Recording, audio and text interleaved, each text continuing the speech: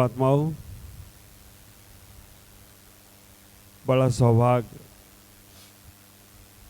बड़ा पुण्य हम सभी लोगों का है। आज के दिन हमारे जिनेंद्र भगवान की दिव्यदेशना प्रथम बार हम सबके कल्याण के लिए खिली थी। आप विचार करना, आज का दिन हम लोगों के लिए इतना महत्वपूर्ण है। ये जो परंपरा आज हमारे यहाँ चल रही है वीर शासन जयंती की, वीर शासन जयंती अभी हम सभी लोग भगवान महावीर के शासन में जी रहे हैं। तीर्थंकर आदिनाथ भगवान जो तृतीय काल में हुए और तृतीय काल में ही मोक्ष चले गए, अंतिम तीर्थंकर भगवान महावीर स्वामी हुए, उनके शासन काल में हम जी रहे हैं। और उनका शासन का ध्वजारोहण श्वेतांबर समाज की मान्यता से आज हुआ। दिगंबर संप्रदाय में ये वीर शासन जयंती चातुर्मास की स्थापना के बाद होता। आप विचार करके रखना, भगवान महावीर की दिव्यदेशना बिना गणधर के अभाव में नहीं गिरती है। कल हमारे पास जब वो आए थे, मैंने पूछा ये है क्या, क्योंकि वीर शासन जयंती तो हम लोग सब दिगंबर संप्रदाय के लोग होते हैं। वो तो भगवान महावीर जब उनको केवल ज्ञान हुआ 65 दिन तक मौन रहे, क्योंकि उस वक्त गणधर का अभाव था। और 66वें दिन जब उनको गणधर मिले इंद्रभूति गौतम, तब उनकी दिव्यदेशना खिली थी। पर हमने पहली बार जाना कि श्वेतांबर समाज में बैसाख सुदी 11 को उनकी दिव्यदेशना हुई और पहली दिव्यदेशना खाली चली गई क्योंकि गणधर नहीं थे। उसके बाद जब इंद्रभूति गौतम जो मिथ्यादृष्टि थे, सौद्रामेंद्र उनको लेने गए। आप आश्चर्य करेंगे, छायिक समय दृष्टि सौद्रामेंद्र एक मिथ्या दृष्टि के चरणों में झुक रहा। क्यों? क्योंकि उन्हें मालूम था कि ये भव्य जीव है और आगे इससे बहुत कल्याण होना है। तो आप विचार करके रखना, अच्छे व्यक्ति को ऊपर उठाने के लिए और अच्छे व्यक्ति अगर नीचे झुककर उसे उठाएं तो कोई आश्चर्य की बात नहीं। हमारा जय शासन जयवंत रहेगा, जयवंत रहेगा, जयवंत रहेगा। और आप विचार करना, इंद्रभूति गौतम जो समोत्सव में गए, प्रथम बार गए थे वहां पर उनसे वाद विवाद करने के लिए कि मैं देखना चाहता हूं कौन है महावीर। पूरा कथानक नहीं बताऊंगा क्योंकि अभी आपको बम्बम में जाना है। तो आप विचार करके रखना, इतना ही हुआ। जैसे ही मानस्तंभ को देखा और मानस्तंभ को देखकर मान गलत हुआ, एक ही शब्द उनके मुख से निकला, जय नाम जय तो शासनाम, जय नाम जय तो शासनाम, जय नाम जय तो शासन। और आज तक वो जैन धर्म जीवित है और अंतिम समय तक जीवित रहेगा। और आप आश्चर्य करेंगे, हर जगह युद्ध लड़ने के बाद झंडा फहराया जाता है, युद्ध में विजय होने के बाद ध्वजा फहराया जाता है। पर हम जैन लोगों को कितना भरोसा अपने आप पर है कि हम युद्ध लड़ने के पहले ही ध्वजा फहरा दें तो कोई आश्चर्य की बात नहीं है, क्योंकि जीत हमारी ही होने वाली है। हमने युद्ध लड़ने से पहले ही ध्वजा फहरा दिया कि जीत हमारी ही होने वाली है। और ख्याल करके रखना, 1947 के पहले लाल किले पे झंडा अंग्रेजों का फहर रहा था, 1947 के बाद हमारे भारत का तिरंगा फहरा। लेकिन हमारा जिन शासन का झंडा 2600 साल पहले से फहर रहा था और आगे तक फहरता रहे तो कोई आश्चर्य की बात नहीं है। ये महावीर के समय की बात है। लेकिन आदिनाथ ने इस ध्वजा को फहराया था, हर तीर्थंकर ने इसको संभाला। आज हमारे साधु संत और साध्वी संभाल रहे हैं। लेकिन ये झंडा आप देख रहे हैं, झंडा की जो कपड़े की पचरंगा झंडी है वो हम सब साधु हैं, साध्वियां हैं। लेकिन उसमें जो डंडा लगा है ना, वो तुम सब सिरावक हो तो कोई आश्चर्य की बात नहीं है। ख्याल करके रखना, झंडा फहरेगा तभी जब श्रावक और श्रावकाओं का डंडा लगेगा। और तुमने डंडा नहीं लगाया तो झंडा समेट के तिजोरी में चला जाए तो कोई आश्चर्य की बात नहीं है। इसलिए डंडा जितना ऊंचा झंडा तो आपकी भक्ति ज्यादा। हमसे जैन शासन की प्रभावना ज्यादा नहीं होगी, साध्वियों से नहीं होगी, क्योंकि हमें को तुमने मंदिरों में बंद करके रखा है, साध्वियों को उपासरे में बंद करके रखा है। बाहर तुम जब जाते हो, जब तुम जैनेतर लोगों से मिलते हो, जब अपने व्यापारियों से मिलते हो, जब अपने मिलने जुलने वालों से मिलते हो, उस समय तुम जैन धर्म की वो पताका फहरा सकते हो जो हम नहीं फहरा सकते। हमारे पास तो गिने चुने वो ही लोग आएंगे जो जैन हैं। अब साफ सुथरे लोगों को क्या साफ सुथरा करना है? जो लोग मजे मजाए हैं उनको क्या मांझना है? जो सुधरे सुधराए हैं उनको क्या सुधारना है? जो बिगड़े हैं वहां तक ले नहीं जाओगे, बिगड़ों तक तुम जाते हो। तो आप विचार करना, जैन शासन की आज जब शपथ ग्रहण समारोह हुआ उस वक्त मैं बोलने वाला था, लेकिन मैंने कहा चलो मेरा नंबर आने दो तब बोलूँगा। ख्याल करके रखना, अगर जैन शासन की ध्वजा को ऊंची फहराना है तो आपको अपना संकल्प मजबूत करना पड़े। विचार करना, चर्चाओं से जैन धर्म ऊंचा नहीं उठने वाला है, चर्याओं की आवश्यकता है। अगर तुम्हें जैन धर्म को ऊंचा उठाने का प्रयास करना है, जैन धर्म को अंतिम समय तक लेकर जाना है और जैन धर्म को बहुत ऊंचाइयां देना है, तो चर्चाएं तो बहुत हो गई, अब चर्याओं पर अपने आप को डिपेंड करने का प्रयास करो। ख्याल करना, साधु साध्वियों के माध्यम से आपको संकेत मिलता है कि हमें जैन शासन को आगे कैसे ले जाना है। अगर आपने आज शपथ ग्रहण समारोह किया, किसी ने हृदय पे हाथ रख के शपथ किया है और किसी ने हाथ आगे करके किया है और किसी ने हाथ जोड़ कर किया है, और तीनों देखना, जो हाथ जोड़ के कर रहे हैं वो कह रहे हैं भैया कर्मों से हम पीछा छोड़ना चाहते, हाथ जोड़े कर्म छोड़ो, हाथ जोड़ो और कर्म छोड़ो। जिनने हृदय पे रख के किया है वो कह रहे हैं कि भगवान मैं हृदय से मन पवित्र करके बात कर रहा हूँ, और जिन्होंने हाथ आगे करके किया है वो कह रहा मैं हमेशा आगे बढ़कर अपने संकल्प को मजबूत करूंगा और हमेशा आगे आगे बढ़ाने का प्रयास करूंगा। अब आप लोग लगा लेना, जिन्होंने हाथ बढ़ाया है उनको बढ़ के रहना है, साधु साधियों के बिहार हो तो साथ में जाना है। जिन्होंने हृदय पे रखा है वो अपने मन को पवित्र रखना है, कभी गलत विचार मन में नहीं लाना। और जिनने हाथ जोड़ लिए हैं समझ लेना कर्म ने उनका पीछा छोड़ दिया हो तो कोई आश्चर्य की बात नहीं। इस जिन शासन को आगे बढ़ाने का जो संकल्प किया, आखिरी में अगर आप लोग कहोगे तो मैं जरूर खड़े होकर करवाऊंगा, आप लोग खड़े होकर करवाने का प्रयास करूंगा। एक ही संकल्प करना, क्योंकि यहाँ चारों संप्रदाय के लोग बैठे हैं, चाहे स्थानकवासी हो, तेरापंथी हो, मूर्ति पूजक हो, दिगंबर हो और जो भी और भी हैं सब बैठे हैं। आज यहाँ पर ये शासन की स्थापना पर हम सब लोगों का एक संकल्प जरूर होना चाहिए कि जब भी हमारे यहाँ जैन परंपरा में शादी होगी तो दिन में ही शादी करेंगे, दिन में ही शादी करेंगे, दिन में ही शादी करेंगे। 6 बजे के बाद रसोड़ा नहीं चलेगा। कितने लोग इसमें समर्थन कर रहे हैं? हाथ उठाओ। बाकी के लोग रात में करेंगे शादी, जिनकी हो गई उनकी जरूरत नहीं है, उनके बच्चों का आएगा प्रसंग। आप विचार करना, अगर हम ये अपेक्षा रखते हैं कि जैनेतर समाज के लोग दिन में भोजन करें तो वो अपेक्षा हमारी मिथ्या है। अगर हम ये अपेक्षा रखते हैं कि जिन शासन की प्रभावना जैनेतर करे, एक बात विचार करो, अगर मुस्लिम संप्रदाय में अगर नमाज का समाज होता है उस वक्त वो सारे काम छोड़कर सड़क पर बैठकर भी नमाज अदा कर लेते हैं।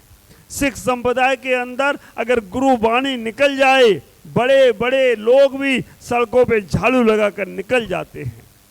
और ऐसे ऐसे उनके आदर्श हैं जो आदर्शों को छोड़ते नहीं हैं। अगर सिख संप्रदाय में शादी होती है तो गुरुद्वारे में ही होगी, गुरुद्वारे से बाहर नहीं करते हैं।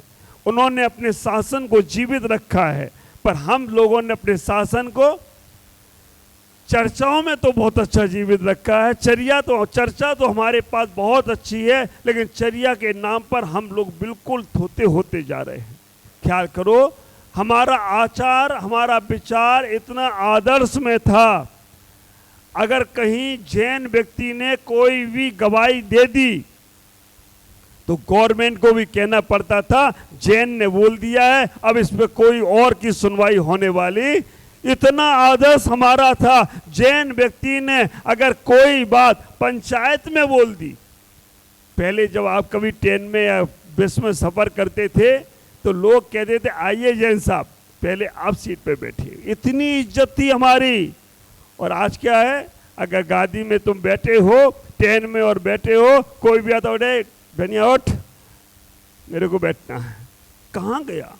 आप विचार करके रखना, हम अपने आचरण को अपने आदर्शों से जीवित कर सकते हैं। हमारे घर में बहुत से लोग होंगे जो चौबिहार करते होंगे, लेकिन बहुत से घर ऐसे हैं जहाँ पे रात के 9 बजे के बाद ही भोजन चालू होता है। ख्याल करो, 3 ही लक्षण तुम्हारे पास थे। एक तो हमारा लक्षण था कि हमें प्रतिदिन अपने उपासरे में जाना है या मूर्ति पूजा के तो मंदिर में जाना है, रोज अपनी बैटरी चार्ज करने के लिए जाना है, रोज अपने भगवान के पास उपासरे में आदि में जाना है, इन बच्चों को लेकर जाना है। आज हमारा जिन शासन दिवस हुआ, बच्चों ने भजन गाया, बच्चों ने बता दिया अंतरंग शत्रु कौन से हैं, बहिरंग शत्रु कौन से हैं, सब कुछ बात हो गई, किससे कल्याण होगा वो सब बात हो गई। और बाहर जाकर फिर अभी वही सब चीज़ें होना है, क्योंकि वो प्रैक्टिकल में नहीं आना है। तो आप विचार करके रखना, हम लोग एक बार इतना बना लें कि कितना भी कुछ हो जाए, भोजन रात्रि में करना होगा तो घर में बैठ के करेंगे, लेकिन बाहर नहीं करेंगे। हमारे तरुण सागर जी महाराज, उन्होंने एक ही बात कही कि जिन शासन की प्रभावना करना है, हम लोग नियम दे देते हैं कि भाई घर में नहीं खाना, बाहर खाना, जिससे तुम भी डूबो और दूसरों को भी डुबाओ और जय धर्म को भी डुबाओ। लेकिन तरुण सागर कहते हैं बाहर नहीं खाना, घर में खाना। तुम तो डूब ही रहे हो, कम से कम जैन धर्म तो बचेगा, तुम तो जा ही रहे हो पाप में। ख्याल करो, जो लोग आज यहाँ बैठे हैं ये 5 परमेष्ठी का प्रतीक है। तिरंगा झंडा फहरता है वो हमारे देश का सम्मान है, और पचरंगा झंडा फहरता है ये हमारे आत्मा का सम्मान है। ये हमारे आत्मा को इस देश से नहीं, इस देश से स्वतंत्र कराकर हमारे सिद्धालय पहुंचा दे तो कोई आश्चर्य की बात नहीं। ये ध्वजा का बहुत बड़ा महत्व है। 5 परमेष्ठी, अरिहंत परमेष्ठी का हम इसमें कलर देखते हैं तो कहीं लाल बोलते हैं, कहीं सफ़ेद बोलते हैं। अरे लाल कलर देखो तो उत्तेजना का प्रतीक है, सिद्धों का सफ़ेद कलर है, शांति का प्रतीक है। आचार्यों का पीला कलर है, ज्ञान और वैराग का प्रतीक है। उपाध्यायों का हरा कलर है, निर्भीकता का प्रतीक है। और साधुओं का नीला या काला कलर है। विचार करके रखना, नीला और काला कलर साधना का प्रतीक है। ये 5 कलर के इतना प्रभाव हमारे शरीर में पड़ता है। हमारा शरीर भी इन 5 कलरों से ही बना है। आज एक कलर थेरेपी करके आता है, आप विचार करके रखना, ये 5 कलर हमारे शरीर में हैं। सफ़ेद कलर की हड्डियां हमारे शरीर में हैं, लाल कलर का रक्त हमारे शरीर में है, काले कलर के बाल आदि हमारे शरीर में है, रोम है, पीले कलर का मल हमारे शरीर में है, और नीले और हरे कलर की नसें हमारे शरीर में हैं। ये 5 परमेष्ठी हमारे शरीर में ही विराजमान हो रहे हो तो कोई आश्चर्य की बात नहीं है। हम कहाँ बाहर ढूंढ रहे हैं।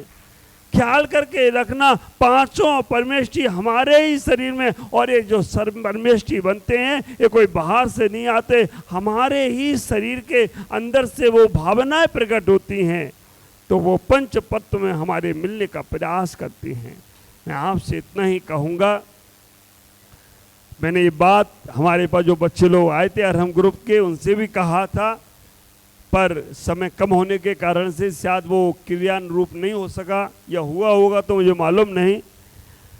इतना ही कहूँगा, अपने घर के द्वार पर एक झंडा पचरंगा जरूर लगाइएगा। अपने जिन शासन की स्थापना अपने घरों के द्वार पर लगाने का प्रयास करो। बिंदास आपका घर घर नहीं रहेगा, घर मंदिर हो जाए तो कोई आश्चर्य की बात नहीं है, आपका प्रभाव बढ़ना पड़ा शुरू हो जाएगा।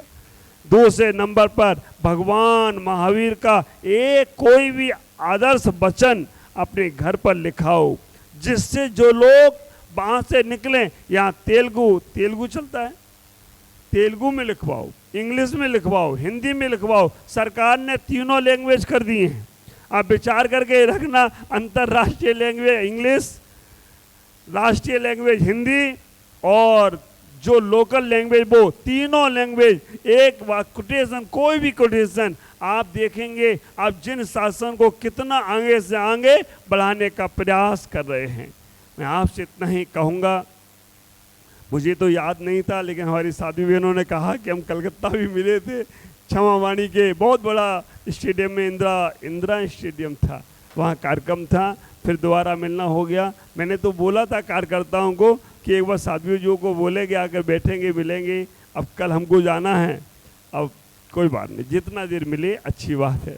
तो मैं आपसे आज इतना ही संकल्प कराना चाहूँगा कि हमारा जिन शासन को बहुत आगे बढ़ाना है। हम किसी भी पंथ संप्रदाय को मानते हों, लेकिन हमारा नारा एक होना चाहिए, हम जैन हैं, हम जैन हैं, हम जैन हैं। और एक बात का ख्याल रखना, आजकल जो जैन का वो आ रहा है ना, अपने नाम के आगे जैन लिखाओ, आप बेचारा, हाँ, तो जनगणना जो हो रही है, आप जो भी अपना सर फॉर्म लिखते हो, लेकिन अभी हमें बहुत ज़रूरत है कि हमें अपने नाम के आगे जैन लिखने का प्रयास करना है।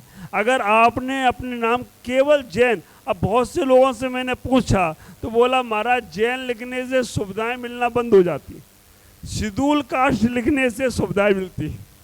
बारी तुम्हारी बुद्धि, शेड्यूल कास्ट में जन्म नहीं लिया, लेकिन शेड्यूल कास्ट की सुविधाएं चाहिए तुम्हें, तुम अपनी सुविधाओं के लिए अपना सर फॉर्म छोड़ देते हो। तो विचार करना, इस बार तो धोखे से जैन बन गए, अगले बार तुम्हें शेड्यूल कास्ट में जन्म मिलेगा। इसलिए कोई सुविधा नहीं चाहिए। हमारा जैन धर्म राजाओं का धर्म है, हम राजा लोग हैं, हम सुविधाएं देते हैं, सुविधाएं लेते नहीं हैं। सरकार को हम जो टैक्स देते हैं वो कोई दे नहीं सकता, इसलिए हमें सरकार से ही लेना है। हमारी समाज के बड़े बड़े कॉलेज हों, हमारी समाज की बात मैंने कलकत्ता में रखी, हमारी जैन समाज के बड़े कॉलेज हों, बड़े स्कूल हों, बड़े हॉस्पिटल हों, बड़े सेवा के केंद्र हों, तो हमारा जैन समाज कितना ऊंचा उठेगा। और ये बात ममता ने सुन ली होगी, तो उसने समाज को सरकार की तरफ से 5 एकड़ जगह देकर कहा कि हम ये कार्य को कराएंगे। आप भी अपने यहाँ सरकार को बोलो, हम जगह नहीं खरीदेंगे, क्योंकि हम जब टैक्स देते हैं तो सरकार से ही लेने का प्रयास करेंगे, बड़ा पैसा लेकर। वैसे हमें मालूम है यहाँ पर आपके गोल्ड मेडल वाले कौन है, वो प्रवीण जी, वो कह रहे हैं कि सरकार जगह दे तो मैं कॉलेज बना कर देता हूँ। आप विचार करके रखना, जैन शब्द का नाम जब आएगा तो अपने आप जैन धर्म आगे आगे पहुँचेगा। आपकी दुकानों पर अभी प्याऊ लगना ही चाहिए। हम नमोकार मंत्र बढ़कर छना हुआ पानी उसमें पिलाने का प्रयास करें, एक बार नहीं 10 बार पीने वाला आदमी का थोड़ा तो मन चेंज होगा। आप विचार करना, गर्मियां हैं, अपने छतों पर पक्षियों के लिए पानी जरूर रखो।